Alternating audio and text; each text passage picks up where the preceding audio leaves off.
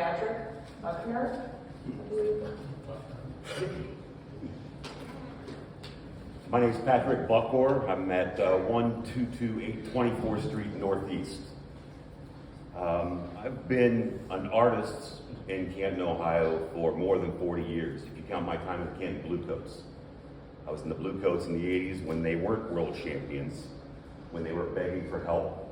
And I fell in love with this town coming from Midvale because it said on the manhole cover, striving for excellence.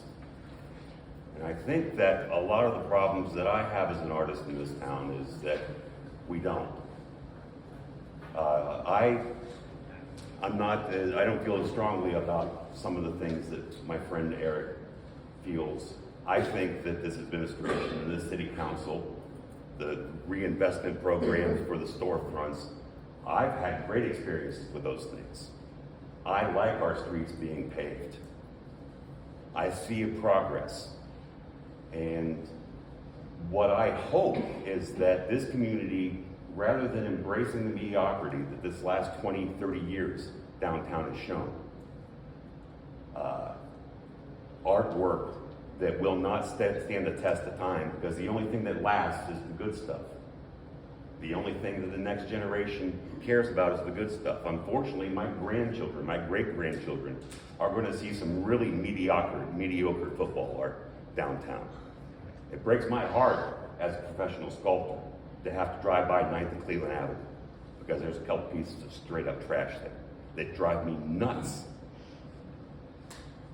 But it's just indicative of the rest of our culture that we don't feel passionate about quality. And it's not just about art. It's about everything, that we need to start in this community striving for excellence again, instead of just